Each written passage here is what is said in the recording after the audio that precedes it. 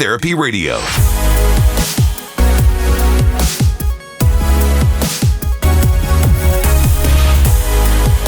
Welcome to Geek Therapy Radio.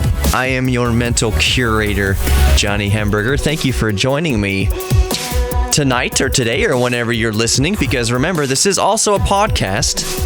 You can search for Geek Therapy Radio in your favorite podcast player, so Spreaker and iTunes and Apple Podcasts and Google Podcasts and all over the place. Just search for it.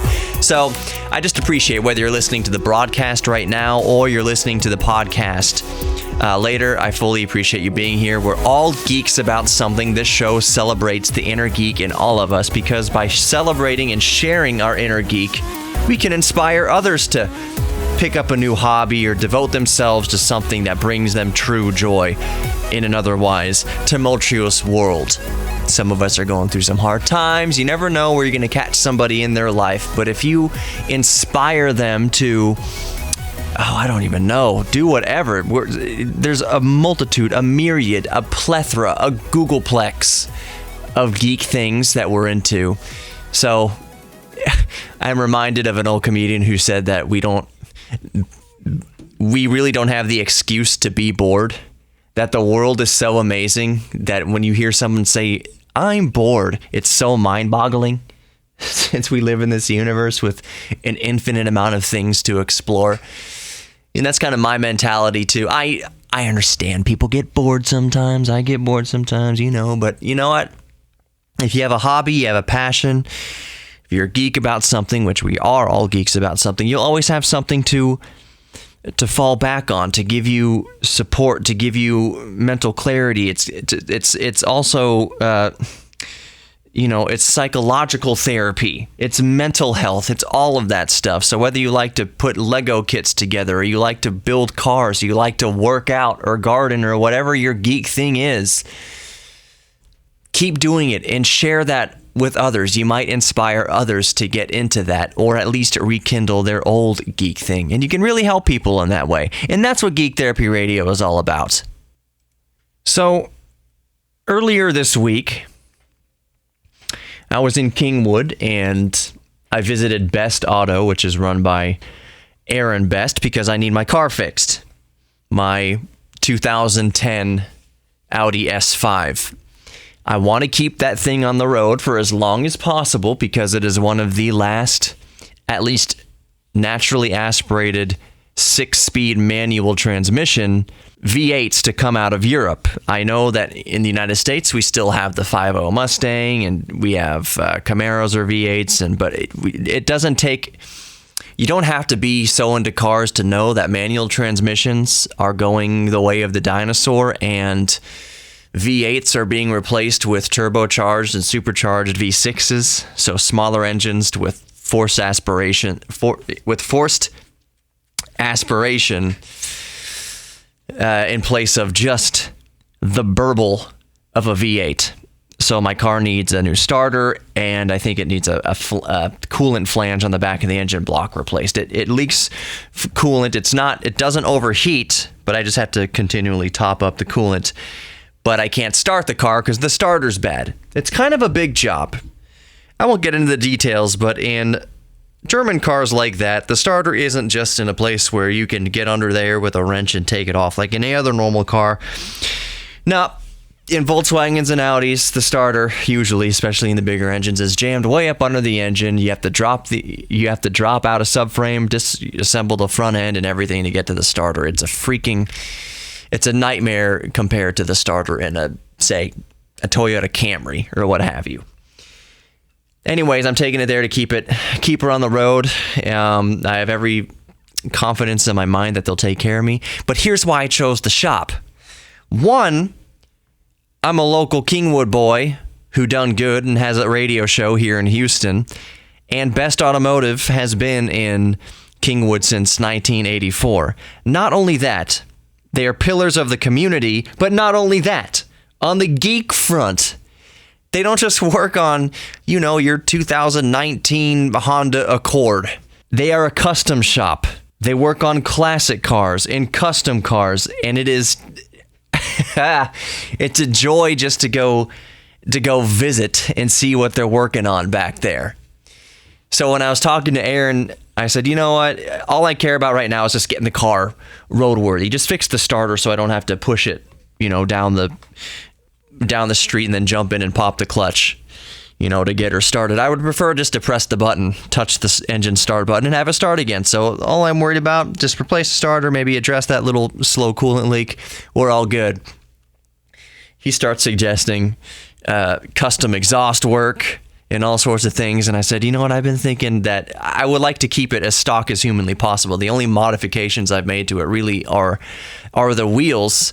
And but I'm not opposed to exhaust. I'm opposed to some sort of custom exhaust, except that, again, I like to keep things custom. So if there's something that can be done to modify the exhaust that isn't permanent, because I don't want to be that D-bag driving around with a super loud exhaust in the neighborhood, just waking everybody up for no reason. I would like the ability to turn that sound on and off. I know it's possible in newer cars. So you can open up different valves and flaps in the exhaust, but they make that and you can retrofit it. They're called e-cutouts, electronic cutouts or whatever. And it's basically you press a button inside the car, inside on the dashboard, and it just opens up a little flap, a little valve somewhere in the exhaust after the catalytic converter, or let's be honest, before the catalytic converter, so that you can have that sound, get all the really nice sound from the V8 in my car. I'll play the sound of it right here, actually.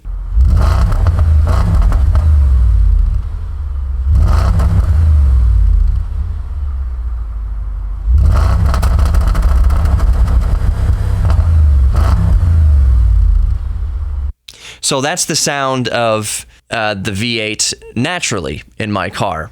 Here's the sound of it with the e-cutouts.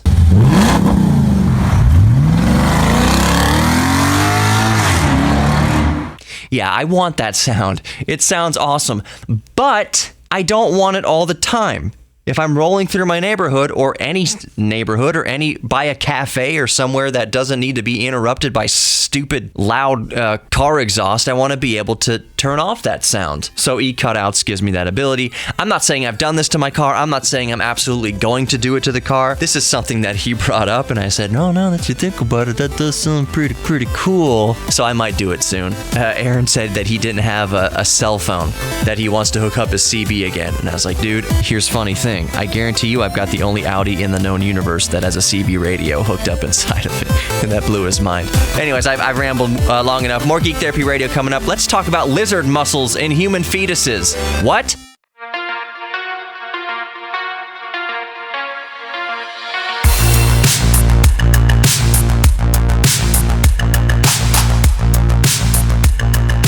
Welcome back to Geek Therapy Radio. You've got your mental curator here, Johnny Hamburger, and basically what happens most weeks is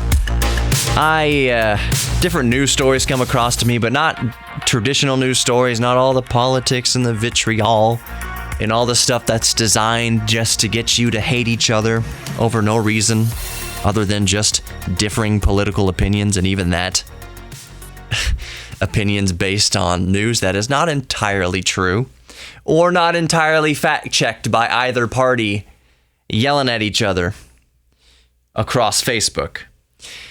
Anyways, so I read tech news, science news, car news, aviation news, just geek news, movies. Even though I'm not a huge moviegoer myself, I'll probably go see Joker. Probably.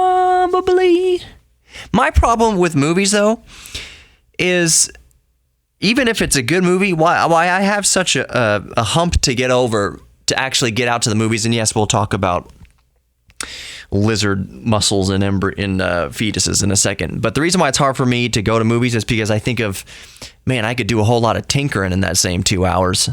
Like, instead of sitting 2 hours in a movie, I could be sitting at the computer tinkering with something, or elbow deep in some electronic device, fiddling with things or fixing things or trying to repair things or fiddling with my solar panels or working on the DeLorean or working on the S5 or whatever. Like, there's so many things that I feel like I could be pouring energy into. So for me, it doesn't feel like I pour energy into a movie. I just observe what somebody else has done, which is awesome. I mean, they do a great work, and I do thoroughly enjoy most movies that I see, of course.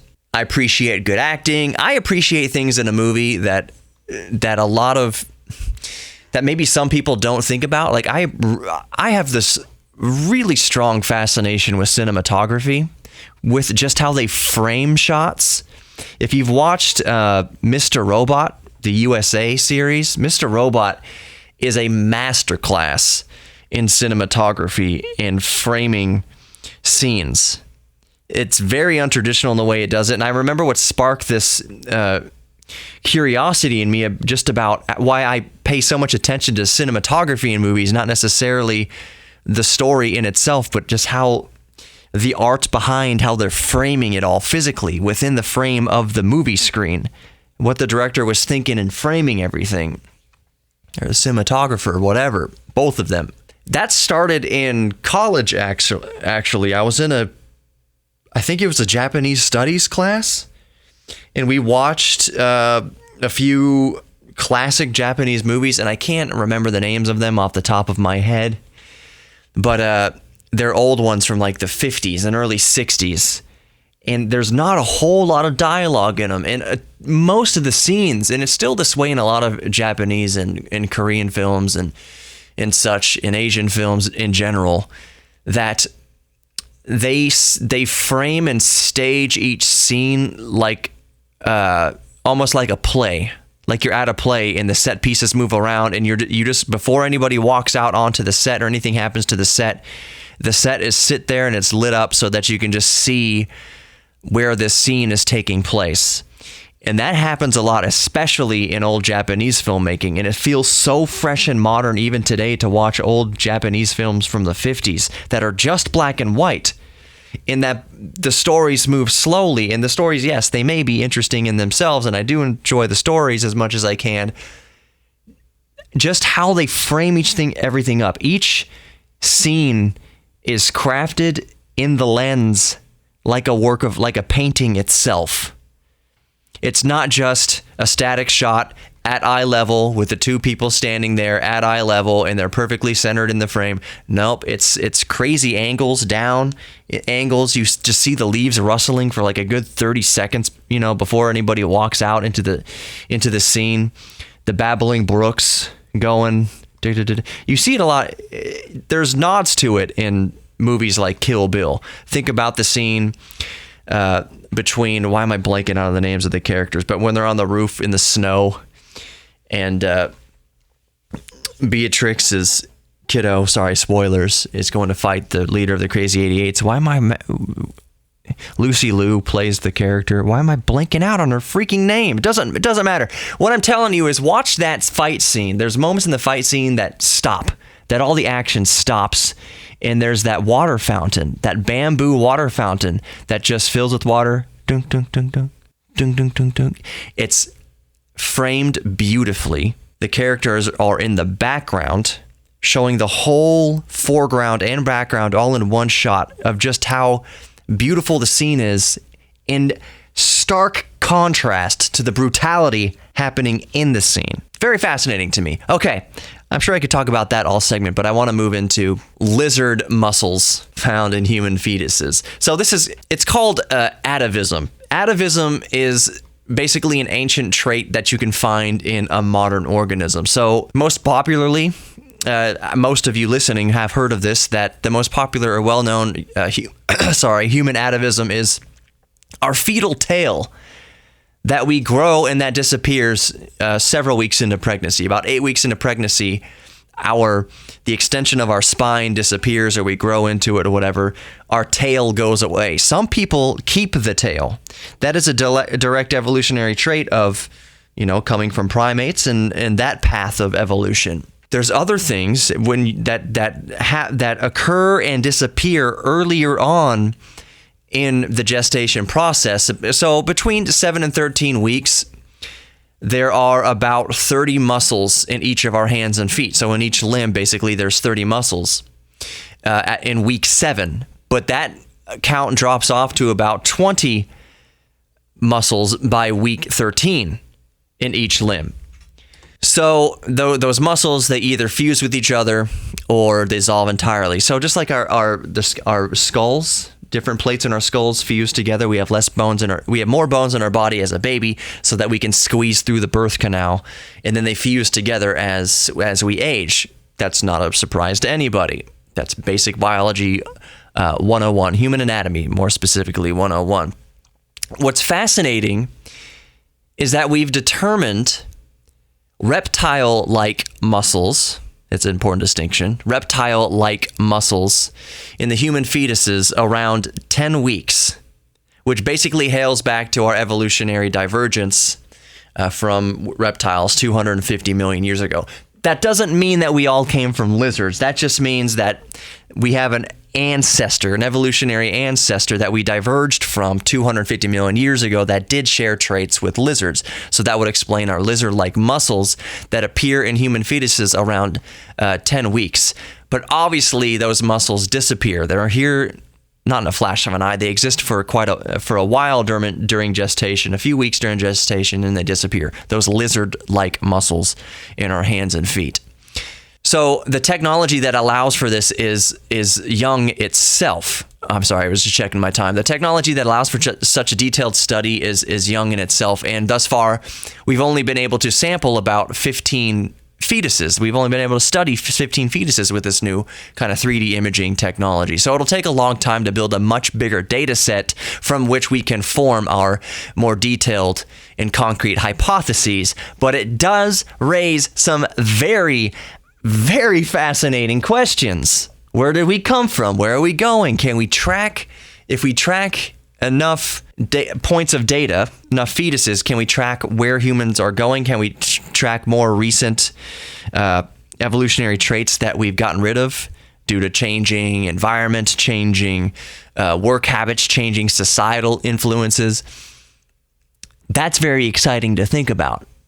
That's the kind of stuff that will keep me up at night, my geek brain going, how we're evolving. Can we see something in enough detail now with this new 3D imaging of fetal technology to understand where we've been, where we are, and where we're going? Is there any hint of possibility that I might sprout wings? That'd be cool. I'd love to fly. More Geek Therapy Radio coming up. I mean, naturally, not with drugs. More Geek Therapy Radio coming up. Can we sprout our wings like angels? Can we break out of the grind? We're destined to be Darwin's children this time.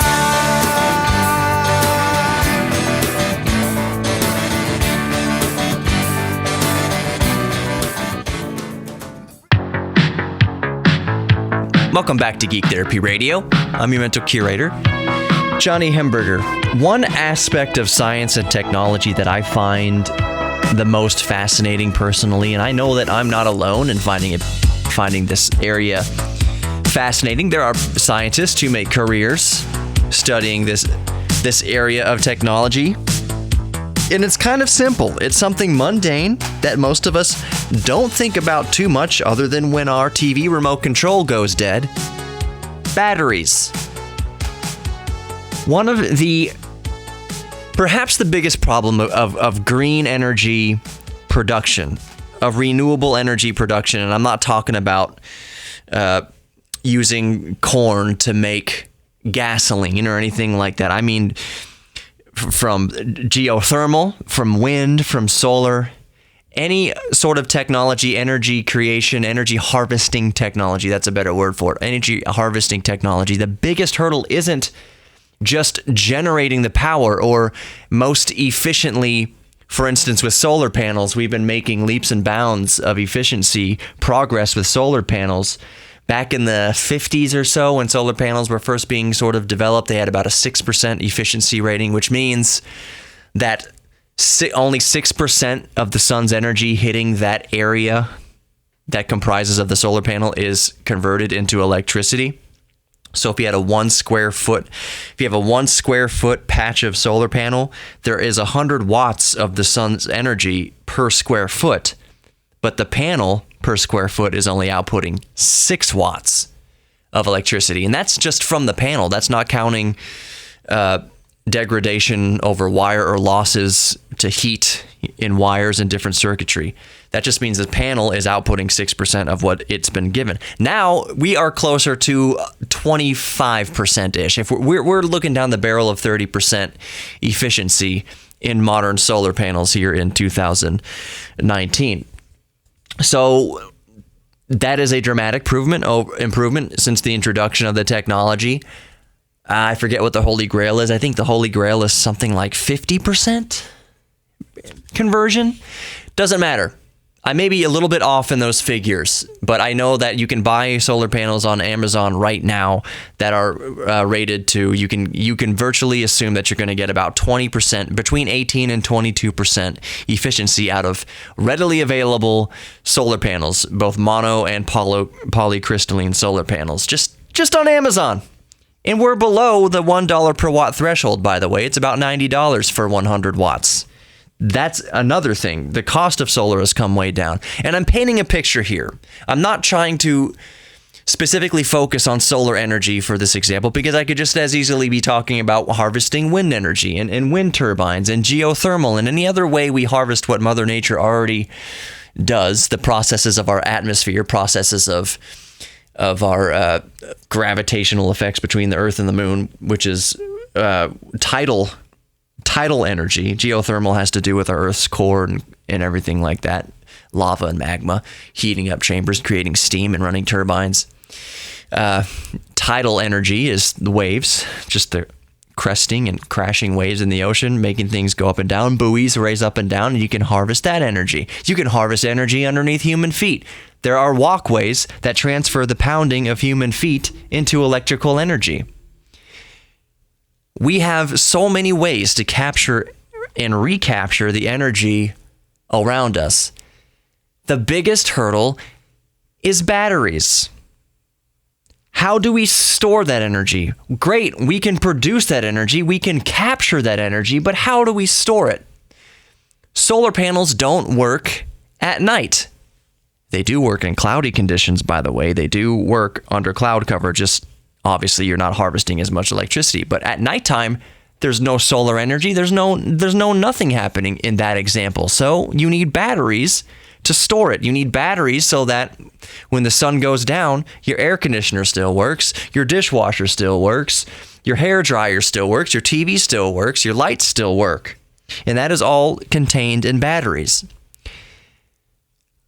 Back in some of my earliest episodes of Geek Therapy Radio, where I talk about the Pebble Watch, which I'm wearing right now, the original, now defunct Pebble, the very first Pebble that they came out with. I'm wearing that on my wrist right now. That's what it sounds like, clicking up against the microphone. The reason I love the Pebble is because I knew of the restrictions of battery technology, the density restrictions, how much energy you can store in a finite amount of space. And that was the inherent flaw in smartwatches, is that you can't put batteries big enough in there to run the watch for more than a day or so. The first Apple Watches lasted for 18 hours. Are you kidding me? Not even a full day? Watches are technology that we're used to not worrying about. At worst, you had to wind a watch, and then it got to digital watches. You put a battery in there once every decade or something, several years. You didn't have to worry about taking off a watch to charge it. That was a ridiculous notion. It was a hard sell to me personally to sell a watch for $300, $400, $500 that you have to take off your wrist and charge every day. That was silly to me. The watch just needs to work all the time. So I like the Pebble Watch because it worked for 7 to 10 days on one charge. And it did this by using the same battery restrictions as everyone else. They could not alter physics, but they could make the watch way more efficient. So they use an e-ink display, which uses a very minimal amount of electricity compared to an LED or liquid crystal backlight. There's other ways that they've made it more efficient than other smartwatches, but the display is by far the biggest factor. The processor isn't as powerful. It doesn't have as many functions as other smartwatches. But, you know, that's the trade-off they made because they wanted to make the battery last. They had the same amount of battery as everybody else, so they extracted as much uptime and runtime from the battery. You can also effectively think about it as rationing, the same way you would ration food or water to last you through the desert, instead of just chugging it all at once and being very comfortable for a very brief amount of time. you're able to survive for a longer amount of time. So we're on this ongoing quest to create more energy density, to pack more energy per square centimeter than existing technology allows. Not only that, but cleaner, more efficient, more elegant ways of harnessing electricity and using them in battery technology. And one of the best ways that's kind of staring us in the face, but also very hard to do, has been to use carbon dioxide in the catalyst. So instead of sulfuric acid or lithium ions or anything like that, using carbon dioxide, God knows we produce enough carbon dioxide. So it would be wonderful if we could capture that out of the air, out of wherever, and use that in battery technology. And researchers have now been able to do that. Several years ago, they made a battery to demonstrate the technology and the viability that, yes, you could use carbon dioxide as a catalyst to create electricity within a battery.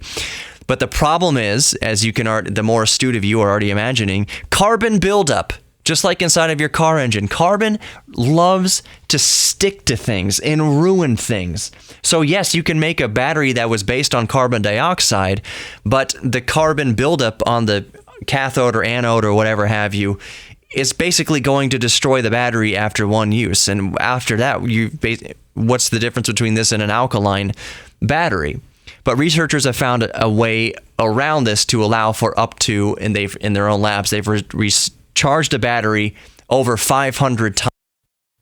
Now, I will not even begin to muddle through the minutia of elements and chemicals and trying to recite the names of these things here in this broadcast.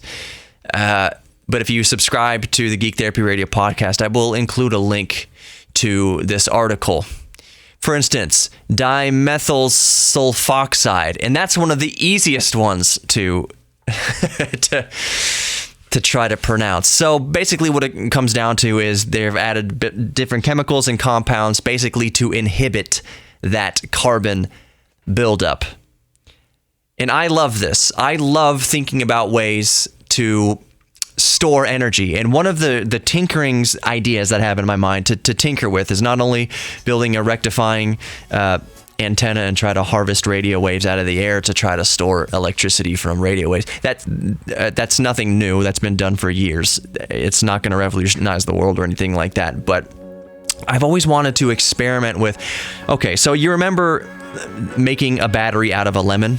Basically, I've always wanted to expand on and experiment with that mentality, but use things like, let's see if I mix a bunch of dirt from my yard into some soda or something like that and see if I can make an electrolyte out of that. Basically finding more electrolytes in nature, using things that you wouldn't normally think of as an electrolyte. How much electricity will a can of Coke produce, for instance? Just thinking outside and I know that's ridiculous. I know that on the surface that seems like a ridiculous endeavor, but that is exactly how we make these types of advancements. That's exactly how they've come up with the idea that using carbon dioxide is a viable means of energy storage in a battery by these ridiculous ideas. And it's not going to hurt anybody just to tinker with this and experiment with this. So what's to keep me from going out in my backyard and tinkering? It'll be fun to fail. It's all about experimentation and learning in the failure, so I'm looking forward to it. Speaking of looking forward to things, more Geek Therapy Radio coming up. Don't go anywhere. Welcome back to Geek Therapy Radio. Mental curator Johnny Hemberger. I just wanted to let you know, first I'll plug all the contact information. Geek Therapy at iHeartMedia.com, Geek Therapy at iHeartMedia.com, but also Geek Therapy Radio on Facebook, Instagram, YouTube, all that good stuff. Just search for Geek Therapy Radio on Google. I'll be right there on the front page. All of my stuff comes up. I work very hard on all the meta stuff, all the tags and metadata to make sure that Geek Therapy Radio shows up on the front page when you search for it on YouTube. So punch it in also to your favorite podcast app and you'll be good to go. I wanted to let you know about something in the works that's kind of, at this point, a few weeks in the works because I wanted to make sure that I got this show right whenever I released this particular topic. And that is quantum computing. I have touched on quantum computing in the past here in Geek Therapy Radio, but I wanted to put it together a show with an actual quantum computing expert, not only to go over the current state of quantum computing, but make it relatable and how it will affect your life. Just the random person listening to this broadcast, what quantum computing means for you. Where will you see the benefits? So in general, before we get to that show later on, and honestly, I don't have an air date for the show yet. We're still putting it together. I'm still working with experts to put the show together. But in general, quantum computing is going to be a revolution just like electricity was at the turn of the century, at the turn of the 19th century. It is going to have that big of an impact on society. Now, no, this does not mean you're going to carry around a quantum computer in your pocket. It doesn't mean that it's going to make your gaming PC run any better.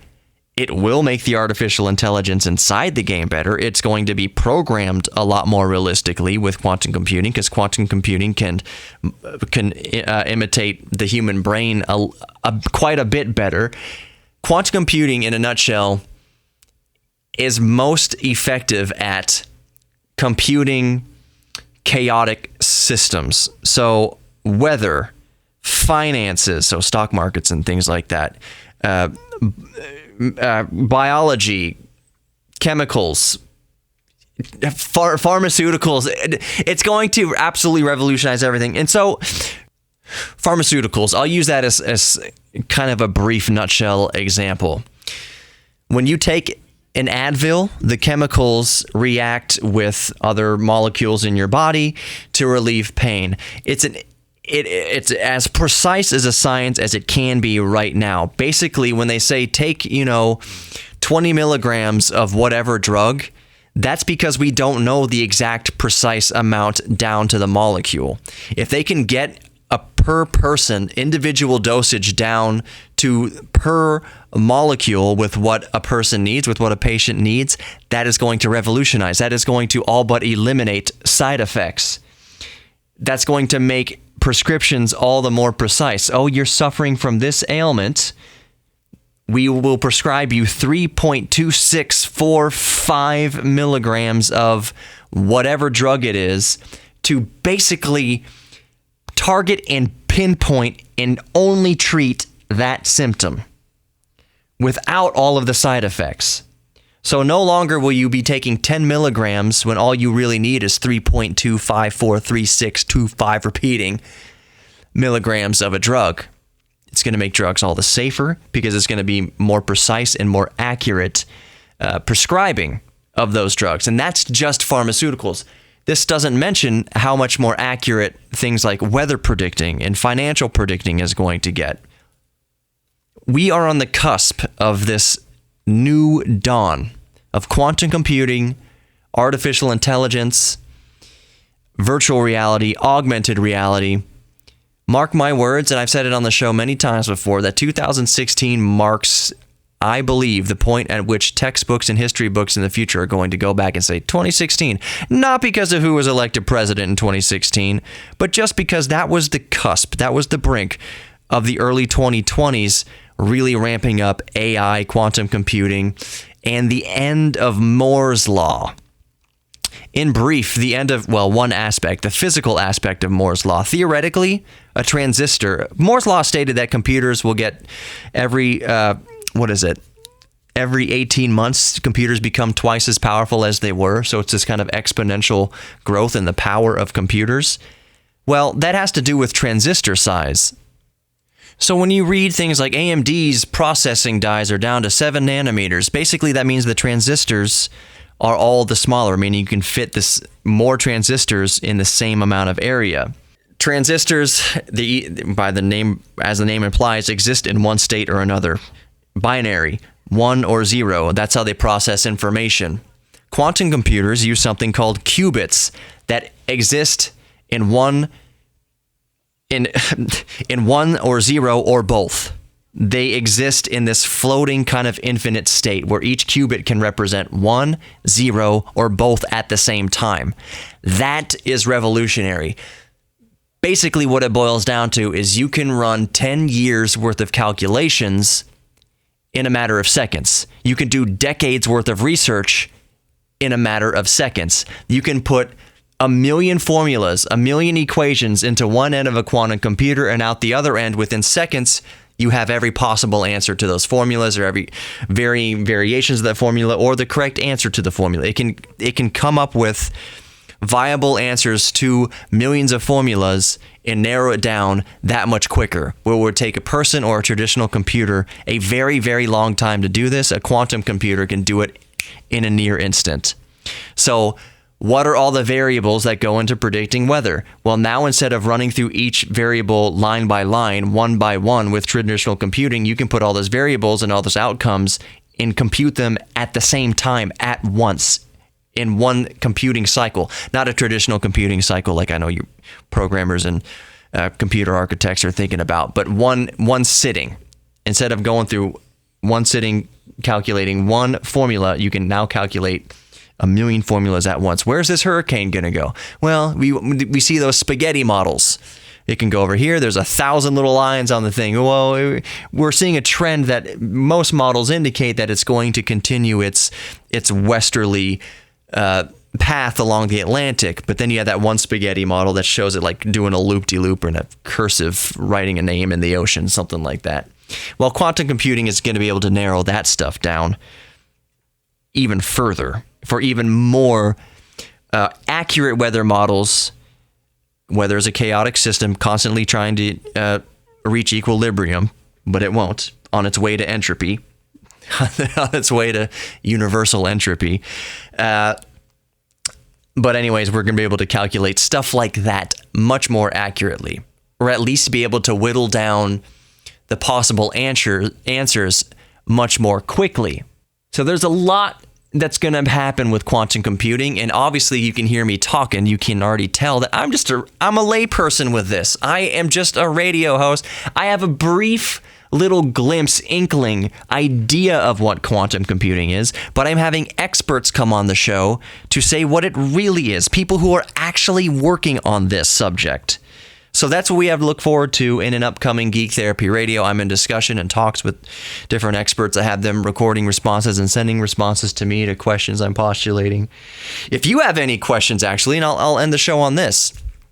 I frequently have guests, well, not frequently. I have guests on the show from time to time, whether they be famous musicians or famous radio shows like George Norrie, famous YouTubers like Austin Evans and James Rolfe, the Angry Video Game Nerd. I also have scientists on here. So if you'd like to email me any questions to ask these quantum computing scientists that I might not ask myself or have thought of, email me, geektherapy@iheartmedia.com. geektherapy@iheartmedia.com. What would you like to ask a quantum computing scientist?